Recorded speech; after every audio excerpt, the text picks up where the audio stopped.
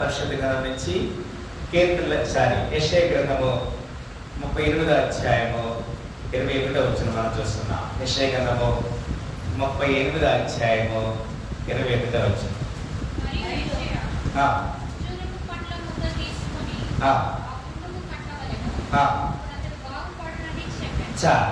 Right. ఇక్కడ ఈ విషయాన్ని మనం గమనిస్తున్నాం కదా. దేవుడు మనకి ఇక్కడ మాట హెచ్చరిక చేస్తున్నాడు. గత వారంలో మనం చూసిన మాట ఒక గాయం కలిగింది కదా. ఎట్లా కలిగింది? మన అవిధేయత వలన కదమ్మా. ఏం చూసాం మనము? అవిధేయత వలన ఒక గాయం కలిగితే ఇక్కడ మనం చూస్తున్నాము ఈ లేఖనంలో ఏం చూస్తున్నాడు? ఆ గాయం ఏ విధంగా మానుతాది అనేది మనము చూస్తున్నాం. దేవుడు మనకు ఆ విషయాన్ని హెచ్చరిక చేస్తున్నాడు. అంత మాత్రం కాదు,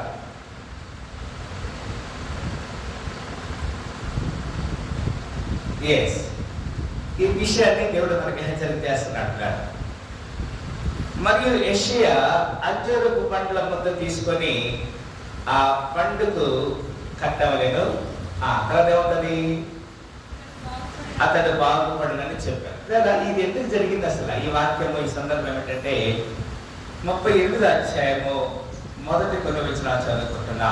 38వ అధ్యాయము మొదటి కొన్ని వచనాలు చదవండి.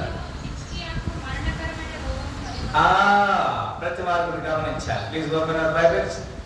ఆ దినములలో హిజ్కియాకు మరణకరమైన రోగము కలగగా అంటాడు లేదా. ఇక్కడ ఒక విషయాన్ని నేను మీకు తెలియజేద్దామా. ఏమన్నా? ప్రవక్తయు ఆమోజు కుమారుడైన వచ్చి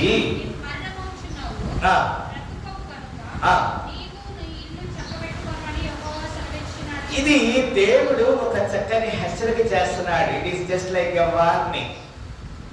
అక్కడ అంటాడు, ఇన్ దోస్ డేస్ వాస్ హిజ్కియా sick unto the death, and Isaiah the prophet, the son of Amoz, came unto him and said unto him, thus said the Lord, set thine house in order, for thou shalt die and not live. గత వారం చూసినటువంటి వాక్యానికి continuation లో ఈ వాక్యము రాయబడుతుంది. మన అవిధేయత వలన కదా మనకు కలిగిన గాయము ఏం కలుగుతుంది కదా? స్రవించేటువంటి ద్రవ్యము కలిగి అది ఏమవుతుంది? చెడు వాసన పడుతుందని చెప్తున్నాడు. ఉదాహరణకి ఒక మాట మనం గమనించాలి. ఇప్పుడు మామిడికాయలు ఒక బాస్కెట్లో పెట్టాం, ఒక పొట్లో పెట్టాం, మంచి మామిడికాయ. దాంతో పాటు ఒక కుళ్ళిపోయిన మామిడి పండు పెట్టాం. ఏమవుతుంది? ఈ మంచి మామిడి పండ్లు కూడా కుళ్ళిపోయిన మామిడి పండు కారణాన్ని బట్టి ఏమవుతాయి? అన్ని కూడా కుళ్ళిపోయే అవకాశం. ఎందుకంటే ఈ కుళ్ళిపోయినటువంటి మామిడికాయలో ఏదో ఒక జర్మ్ లేదా ఏదో ఒక పురుగు ఉంటుంది కదా, ఇన్సెక్ట్, ఏదో ఒక కీటకం ఉంటారు. అదేం చేస్తుందంటే ఆ కాయని తినేసి అది ఖరాబ్ చేస్తుంది. ఆ బాస్కెట్ లో ఈ కాయను పెడితే ఏమవుతుంది? రెస్ట్ ఆఫ్ ద ఫ్రూట్స్ ఏమవుతాయి? మిగిలిన పండ్లు ఏమవుతాయి? ఖరాబ్ అయిపోతాయి. ఇప్పుడు ఆత్మీయ జీవితంలో కూడా మనం అర్థం చేసుకోవాలి. ఒక మంచి సహవాసము కలిగినటువంటి ఒక వ్యక్తి, చెడు సహవాసం కలిగిన వ్యక్తి ఏం చేయొచ్చు? మనల్ని మంచి వారిని కూడా చెడగొట్టే అవకాశము ఉండొచ్చు. లేదు, ఒక మంచి నడవడి కలిగిన ఒక వ్యక్తి చెడు సహవాసం కలిగిన వ్యక్తిని ఏం చేయొచ్చు? దైవికమైన క్రమంలోనికి నడిపించాలి. ఒక మాట హిజ్కియా గ్రంథంలో రాయబడింది, అది అవసరం లేదు. ఒక మాట గమనించండి. దుష్టుడు తమ దుష్టత్వాన్ని బట్టి మరణించడం వల్ల నాకు సంతోషము లేదని చెప్తున్నాడు. ఇది గమనించాలి అందరూ కూడా, ఏ వ్యక్తి అయినా సరే. ఇప్పుడు ఒక వ్యక్తి దుష్టత్వంలో ఉన్నాడు, చెడులో ఉన్నాడు కదా. అందరూ రాయించారు కదమ్మా. 38వ కీర్తన గ్రంథము 5వ వచనం ఏమన్నాడు అక్కడ? దుష్టుడు చదవమ్మా, ఏమన్నాడు? దుష్టుడు తన మూర్ఖత వలన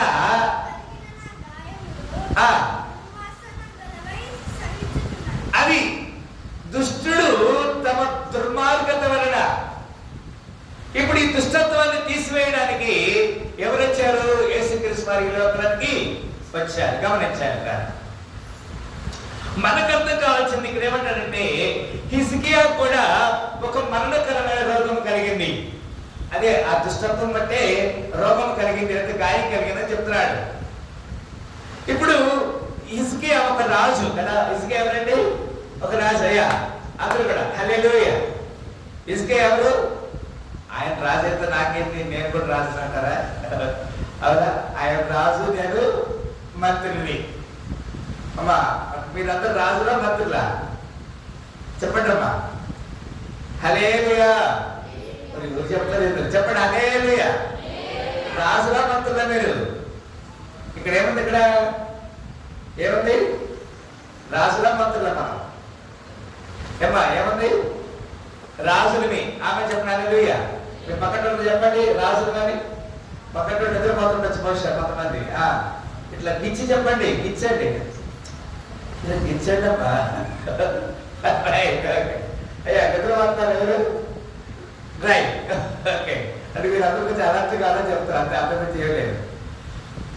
ఒక దుష్టుడు మరణించిన వల్ల నాకు ఇష్టం లేదని చెప్తున్నాడు కదా. అందుకు దుష్టత్వం వల్ల ఏమవుతుంది?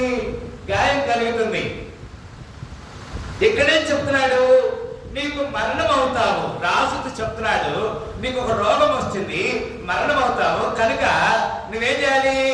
చనిపోక మనకు ఇంటిని సరి చేసుకో, ఆర్డర్లో పెట్టుకో కదమ్మా. అది కదా. యు ప్లీజ్ అక్కడ ఏమంటాడంటే, సెట్ దైన్ హౌస్ ఇన్ ఆర్డర్. నీ ఇంటిని సరి చేసుకోమంటున్నాడు. ఇప్పుడు మనకున్నటువంటి కాచివాలసంలో సమస్య ఏంటంటే, భార్య భర్తలు వస్తే ఈ చర్చి సరిపోదు. భార్య భర్తలు పిల్లలు అందరూ వస్తే సరిపోతుందా? సరిపోతుందా? సరిపోదు. యాదగిరి వస్తే అమ్మ రాదు, అమ్మ వస్తే ఈ రోజు రుమ్మ కొట్టండి యాదగిరి, అంతే. వేరే వేరే వాళ్ళ గురించి చెప్తున్నా. అవునా? మళ్ళీ ఈ అమ్మ అనుకోవచ్చు, ఈ మాస్టర్ గారు ఈ రోజే మా యాదగిరి ఎందుకు రుమ్మ కొట్టాడు అనుకోవచ్చు. అవునా? అందరి గురించి చెప్తారు. భార్య భర్త పిల్లలు అందరూ వస్తే ఈ చర్చి సరిపోదు. మనల్ని చూసి వేరే వాళ్ళు కూడా వస్తా ఉంటారు కదమ్మా. అయితే ఇక్కడ వాక్యం చెప్తున్నాడు, హిజ్కియాతో చెప్తున్నాడు. అయితే ఏమన్నాడు హిజ్కియా? రెండో వచ్చేసాడు కదా అమ్మా. ఏమన్నాడు రెండో వచ్చిన? అతడు తన ముఖమును గోడ తట్టు తిప్పుకొని యథార్థ హృదయుడనే సత్యముతో నీ సన్నిధిని ఎట్లు నడుచుబట్టినో, నీ దృష్టికి అనుకూలముగా సమస్యను ఎట్లు జరిగించిందో కృపతో జ్ఞాపకం చేసుకున్నామని హిజ్కియా కన్నీళ్లు విడిచి యెహోవాను ప్రార్థన చేశాడు. కొన్నిసార్లు మనము ఈ ప్రార్థన చేయాలి. నేను గత మరి పుట్టినరోజు సందర్భంగా చెప్పాను. అమ్మ ఈ పుట్టినరోజు ఆయన రాలేదు, వాళ్ళ అమ్మ వచ్చారా? ఓరి దుమ్మా కొడతాను. ఆ రోజు మేము కేక్ తినలేక మస్తు కేక్ తిన్నాం. అవునా? ఇప్పుడు ఆ కేక్ ఇచ్చిన ఆయన లేడు, వాళ్ళ అమ్మ లేదు. రెండు విషయం చెప్పండి. ఆ రోజు నేను ఉపమానం చెప్పాను. ఒక వ్యక్తికి 2 కిడ్నీలు ఫెయిల్ అయిపోయినాయి. అందరూ వినాలి, అందరూ. అమ్మా హల్లెలూయా. హాస్పిటల్లో జాయిన్ చేశారు. హాస్పిటల్లో జాయిన్ చేస్తే ఆ డాక్టర్ చెప్పాడు, 1,00,000 రూపాయలు కట్టడం. 1,00,000 రూపాయలు కడితేనే ట్రీట్మెంట్ ప్రారంభిస్తాం. ఆమె దగ్గర పైసలు లేదు. ఆమె ఒక మాట చెప్పింది, ఏమన్నంటే, అయ్యా ట్రీట్మెంట్ ప్రారంభించండి, నేను రేపు లోప ఏర్పాటు చేస్తాను. అటువంటి ఇన్ఛార్జి ఒప్పుకుంది. అమ్మ నువ్వు కట్టకపోతే జాగ్రత్త, నువ్వు కట్టకపోతే నేను కట్టాల్సి వస్తుంది, నా మీదకి వస్తుంది అంటే, సరే నేను కడతానమ్మని చెప్పేసాను. 10 గంటలకి హాస్పిటల్లో జాయిన్ చేశాడు. ఈమె డాక్టర్ గారితో చెప్పిన తర్వాత అదే సమయంలో ఆమె ఆ బెడ్ దగ్గర మోకరించి ప్రార్థన చేస్తాం. ఏం చేస్తుందమ్మా? మోకరించి ప్రార్థన చేస్తాం. 11 అయింది, ఉదయం 12 అయింది, 1 గంట అయింది, 2 గంటలు అయింది. ఈ అనుకుంటుంది ఇన్ఛార్జి ఈ ఎవరికైనా ఫోన్ చేసి డబ్బులు తీసుకొస్తుందేమో, ఫోన్లు చేస్తుందేమో అనుకుంటుంది. 3 అయింది టైం, 4 అయింది. ఆమె భోజనం చేయట్లా, నీళ్ళు తాగట్లా, ఆ బెడ్ దగ్గరే మోకరించి ప్రార్థన చేస్తుంది. 5 అయింది టైం, సాయంత్రం 6, 7, 8, 9 ఆమె అట్లాగే మోకరించి ప్రార్థన చేస్తాం. సాయంత్రం 10, 11, 12, మళ్ళా 12 తర్వాత ఏమొస్తుంది? ఏ తారీఖు వస్తుందమ్మా? వేరే తారీఖు వస్తుంది కదా. మళ్ళీ రాత్రి 12 తర్వాత కూడా 1 గంట తారీఖు స్టార్ట్ అవుతుంది. 1 గంటకు చూస్తే మనం మోకరించి ప్రార్థన చేస్తాం. 2 అయింది, 3 అయింది, 4 అయింది, ఉదయం 5 అయిపోయింది. ఏం చేస్తున్నాము? మోకరించి ప్రార్థన చేస్తున్నాము. 6, 7, 8, 9 గంటకి ఏమొస్తుంది? బిల్లు వస్తుంది కదా. ఆ బిల్లు వచ్చే సమయానికి ఇన్ఛార్జ్, హాస్పిటల్ ఇన్ఛార్జ్ మీరు వాంగ్ వెళ్తున్నారు అని చెప్పమా ఆమె బిల్లు అని అన్నారు. బిల్లు కట్టిందా అని అడుగుతారు. ఆమె ఏం చేస్తుంది? ఇంకా మోకరించి ప్రార్థన చేస్తానే ఉంది. అంతేంటి? నిన్న 10 గంటలకు ప్రారంభించింది, ఈరోజు ఉదయం 9 అయింది. దాదాపు ఎన్ని గంటలు అవుతుంది? 24 గంటలు అవుతుంది. అవునా? ఆమె ఏం చేస్తుంది? మోకరించి ప్రార్థన చేస్తుంది. ఇంకొక 10 నిమిషాల తర్వాత మళ్ళా ఆ వాంగ్ వచ్చారంట. ఈరోజు మా తల్లి గారు 10వ వర్ధంతి, అంటే చనిపోయిన రోజు 10 సంవత్సరాలు అయింది. ఆ కుటుంబానికి మనం ఫ్రీగా ట్రీట్మెంట్ చేద్దామని నా మనసులో అనుకుంటున్నానని చెప్పాడంట. ఆమె చెప్పండి హల్లెలూయా. ఎన్ని గంటల నుంచి చేసిందని ప్రార్థన? 24 గంటల ప్రార్థన చేసింది. దేవుడి మీద నీ ప్రార్థన, నీ అవసరం, నీ ధనము కాదు, నీ మోకరించి ప్రార్థన చేస్తే దేవుడు ఆలకిస్తాడు. ఇక్కడ 3వ వచనం చదవమ్మా. ఏమన్నా అక్కడ? యెషయా గ్రంథము 58, 3వ వచనం ఏమన్నా అక్కడ? యెహోవా యథార్థ హృదయుడై సత్యముతో నీ సన్నిధిని నెట్లు నడుచుకొట్టినో, నీ దృష్టికి అనుకూలముగా సమస్యలు జరిగించిన కృపతో జ్ఞాపకం చేసుకోనమని హిజ్కియా ఏం చేశాడు? కన్నీళ్లు విడిచించు. ఎవరికి ప్రార్థన చేశాడు? దేవునికి ప్రార్థన చేశాడు. నీ ప్రార్థన దేవుడు జవాబిస్తాడు. ఆమె చెప్పండి, ఇస్తాడా? ఇస్తాడు. చదవమ్మా. Next verse 5. 5వ వచనం. నీవు తిరిగి హిజ్కియా యొద్దకు పోయి అతనితో ఇట్లనుము, నీ పితరులను దావీదునకు దేవుడని యెహోవా నీకు సెలవిచ్చినదేమనగా, నీవు కన్నీళ్లు విడిచుట చూచితిని. ఆమె చెప్పండి హల్లెలూయా. మన కన్నీటి ప్రార్థన దేవుడు ఆలకిస్తాడు కదా. కొంతమంది కదా ప్రార్థన సమయాన్ని ప్రార్థన గడపలేకపోతాం. ఈమె 24 గంటలు ప్రార్థన చేస్తే దేవుడు ఆమె ప్రార్థన ఆలకించాడు. ఇక్కడ హిజ్కియా ప్రవక్త చెప్పాడు, you are going to die soon, నువ్వు త్వరగా చనిపోతావు, you please set right your family, నీ కుటుంబాన్ని సరి చేసుకో. ఆయన కన్నీళ్లు విడిచుచు గోడ వైపు తల తిప్పి ఏం చేస్తున్నాడు? యెహోవాకి ప్రార్థన చేశాడు. ఆయన కాంపౌండ్ వాళ్ళు దాటిపోకముందే దేవుని మాట ఎవరికి వచ్చింది? ఎవరికి వచ్చింది అమ్మా? ఎవరికి వచ్చింది చెప్పమ్మా? ఎవరికి వచ్చింది? ప్రవక్త దగ్గరికి వచ్చింది. హిజ్కియా రాజు, యెషయా ప్రవక్త కదా. ప్రవక్త దగ్గరికి వచ్చింది. అంటే పోయి చెప్పు, నా దాసుని ప్రార్థన నేను వింటున్నాను, ఆయన నాకు మొర పెడుతున్నాడు, ఆయన మొర నేను ఆలకిస్తున్నానని చెప్పా. ఇంకా 15 సంవత్సరముల ఆయుష్యము నీకు ఇచ్చేది, మరియు ఈ పట్టణం నేను కాపాడుచు నిన్ను. ఈ పట్టణం నేను చేస్తానంట. ఆమె చెప్పండి హల్లెలూయా. ఉదయకాల సమయంలో నీ వ్యక్తిగత ప్రార్థన చాలా ప్రాముఖ్యం. అందుకే నేను అనేకసార్లు చెప్తున్నాను, ఈ శుక్రవారం ప్రార్థన మీరు నిర్లక్ష్యం చేయకూడదు. ఉపవాసం అంత విషయంలో everybody please fast and pray. రెండవది శనివారం. అమ్మా శనివారం ఎంతమంది స్త్రీలు ప్రార్థన చేస్తున్నారు? శనివారం ఇక్కడికి వచ్చి స్త్రీలు ప్రార్థన చేయండి అమ్మా. ఇక్కడ కొంచెం ఓడవండి అని చెప్తా. ఊడు చూడలేదు ప్రార్థన, అంతకంటే ఇంకేం చేయలేదు. నీ ప్రార్థన నీకు జయిస్తారు కదమ్మా. ఇప్పుడు 21 చదువుతాను కదా. అక్కడే 28 వచ్చాను. ఎవరు ఇక్కడ? మరియు యెషయా అంజూరపు పండ్ల ముద్ద తీసుకొని ఆ కుండుకు కట్టవలెను. ఆమె చెప్పండి హల్లెలూయా. మనకున్న ఖాయం కదా. మనము మరణం అవుతామని చెప్పినప్పుడు మనం సిద్ధపడాలి కదా. You should be get ready. సంపాదన కోసమే పుట్టలేదు నీవు, పోయేటప్పుడు ఏది పట్టుకొని పోవు, సంపాదన కోసమే పుట్టలేదు నీవు. పోయేటప్పుడు ఏది పట్టుకొని పోవు, పోచున్న వారిని నీవు చూచలేదా. పోతున్న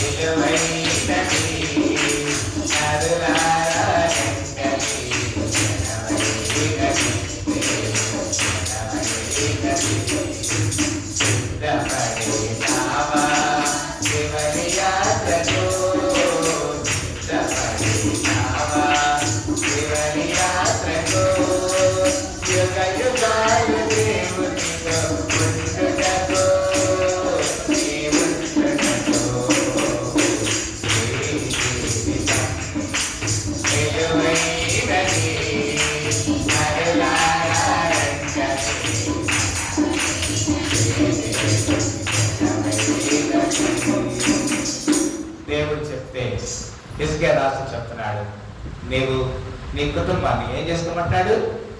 సెటరేట్ చేసుకో కదా. మరి మన వ్యక్తిగత జీవితాన్ని దేవుడు పరీక్ష చేస్తా ఉన్నాడు. You must be get ready. పరీక్ష చేసుకొని సెటరేట్ చేసుకోకపోతే దేవుడు ఒకవేళ నిన్ను అడుగుతాడు, what is your life style, నీ వ్యక్తిగత జీవితం ఏంటో అడుగుతాడు కదా. అక్కడ ఒక అంజురుపు ముద్ద దేవునికి సాదృశ్యంటే దేవుని యొక్క వాక్యానికి సాదృశ్యంగా ఉన్నది. దేవుడు రాఫాగా ఉన్నాడు. నీ వ్యక్తిగత జీవితంలో ఆయన స్వస్థపరిచే దేవుడు. ఆమె చెప్పిన హల్లెలూయా.